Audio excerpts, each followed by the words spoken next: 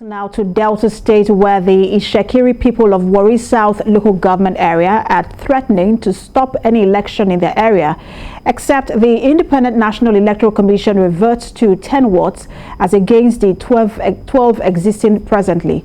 Iken Amechi has the details to this story. And after the story, David Alabi will return with business update.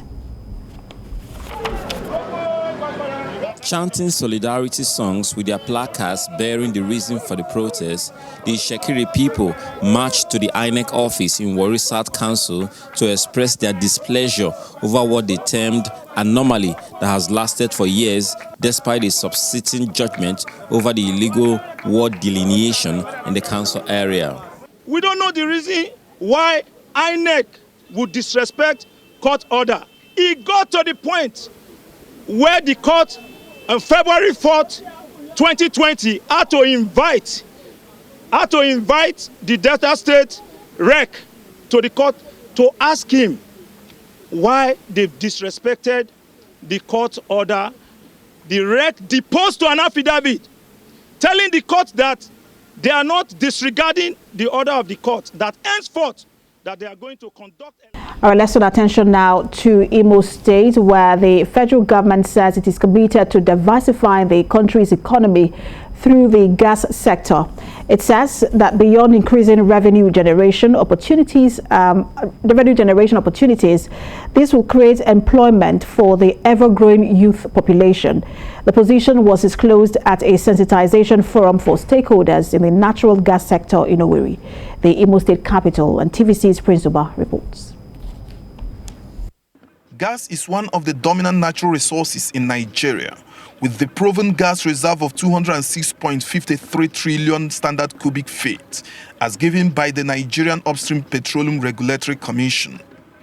It also ranks 9th largest gas reserve in the world, with Imo State holding the largest gas reserve in the country.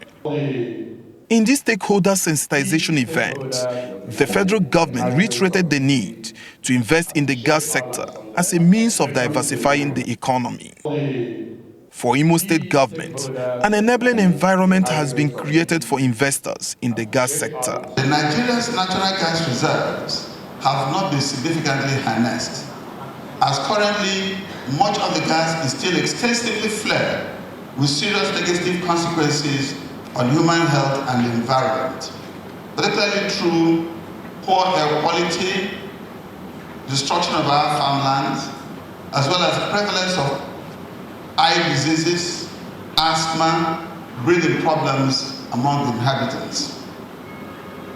Imo State, therefore, is happy with this conscious advocacy to enhance and, in fact, institutionalize as well as diversify the use of gas in Imo State and Nigeria at large. The Gas Monitoring Committee of the Revenue Mobilization, Allocation and Fiscal Commission noted that Nigeria hopes to use its abundant gas resources to power its fast-growing economy, as well as benefiting from a growing export business. The major benefit derivables from the diversification of the economy in the gas sector is the increase in revenue generation and the generation of employment opportunities to our teeming youths. It is hoped that the Imo State government will provide the enabling environment for potential investors so that the inherent potentials of gas as a catalyst for achieving economic diversification is fully realized.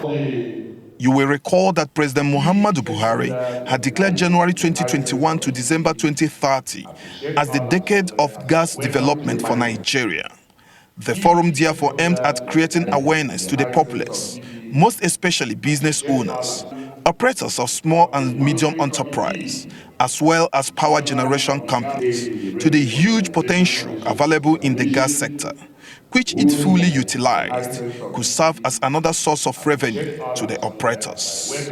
Prince Uba, TVC News, Warri. Each year, World Tuberculosis Day is commemorated on the 24th of March to raise public awareness about the devastating health, social and economic consequences of the disease, to help step up efforts to end the global pandemic. The date marks the day in 1882 when Dr. Robert Koch announced that he had discovered the bacterium that causes TB.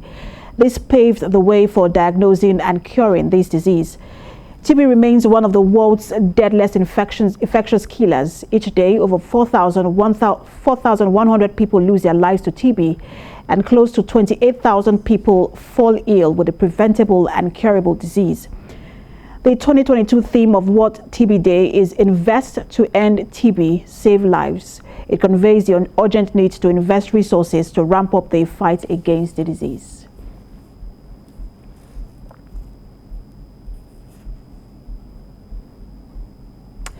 I am now being virtually joined from Lagos to discuss this global pandemic and possibly solutions for curbing the spread by health practitioner Dr. Obituyi Hamid.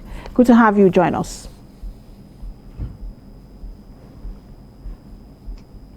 Dr. Hamid, can you hear me? Yes, I can hear you. Good afternoon. Good afternoon. So, I mean, if you listen to our introduction, it states here that over 4,100 people lose their lives to TB and every day, and then we also see that 28,000 people fall ill with a preventable and curable disease. That's a lot, and I'm wondering, people, because for most of us, what we know about TB is the fact that people are coughing. What more can you tell us about TB in terms of the causes and then prevention? Okay, thank you very much for the briefing.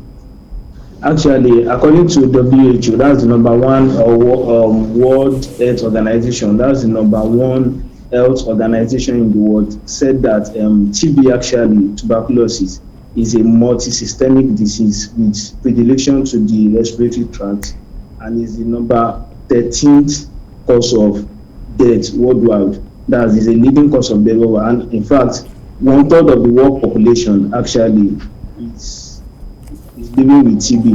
That's a third. For every 3 humans, one of them live with tuberculosis. So the disease actually is gotten from a bacteria, that is a bacterium rather, that is Mycobacterium tuberculosis, an acid-fast bacillus, which enters the respiratory tract, multiplies there, destroys the respiratory epithelium, that is the lining in the respiratory tract, and then goes into other systems of the body. Actually, there are certain risk factors for contact, for transmission of tuberculosis. The major risk factors include overcrowding. That's when you have a lot of people living in an enclosed space. Malnutrition, usually undernutrition, forms which include tuberculosis, which include kwashiorkor or marasmus. Then you have other infections like HIV, then other debilitating diseases, including diabetes mellitus, measles, and pertussis, are actually risk factors for tuberculosis. So tuberculosis is gotten, the respiratory form of tuberculosis is actually gotten from inhaled droplets from people that live with TB. When a person coughs in an enclosed space, the bacillus, that's the bacteria, leaves the respiratory lining and enters the mouth, and then it goes into the atmosphere in droplets. So other people who are not TB positive, that's those people who are exposed to these droplets, inhale the droplets, and then the incubation period starts immediately while it multiplies in the respiratory tract. After it has gained its entry into the respiratory tract, the bacillus is able to leave the respiratory tract through the bloodstream to other systems, including the reticuloendothelial system, the genital system, and all other systems of the body. So the transmission of tuberculosis actually is quite basic than we think it is. Absolutely, and hearing this now, it is contagious. So, and the funny thing is that a lot of people don't even know that they're living with people who have tuberculosis rather. But talk to us about, because I want to go with the theme for the year. It is Invest to End TB, Save Lives. If we're to save lives, especially in a place like Nigeria, what areas should we invest in to ensure that people have access to treatment, and people also know that, look, they have TB?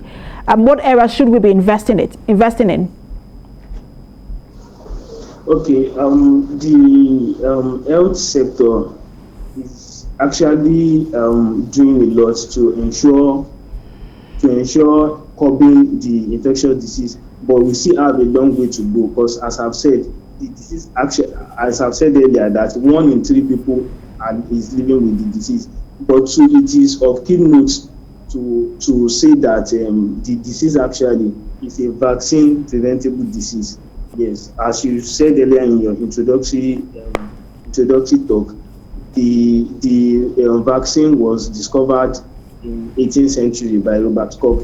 So, and the vaccine is actually given at birth.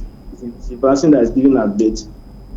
Once given at shot, the person it confers a lifelong immunity to the individual. So, number one thing about TB is actually that once you get the vaccine, that's number one thing. Then other secondary prevention for tuberculosis includes good nutrition, ensure that you are eating healthy, ensure that you are fine, ensure that you are not living in an enclosed space, and individuals, especially adults that have the disease, the active form of the disease, should ensure that they go to government hospitals or accredited private hospitals to get treated effectively. All right. The treatment form actually is a dietary observed treatment shortcut, which has actually been put in place by the Department of Community Medicine to ensure that individuals with the disease actually get treated effectively, and then they don't spread the disease to other individuals. All right, thank you so much for talking to us, health practitioner Dr. Obituyi Hamid.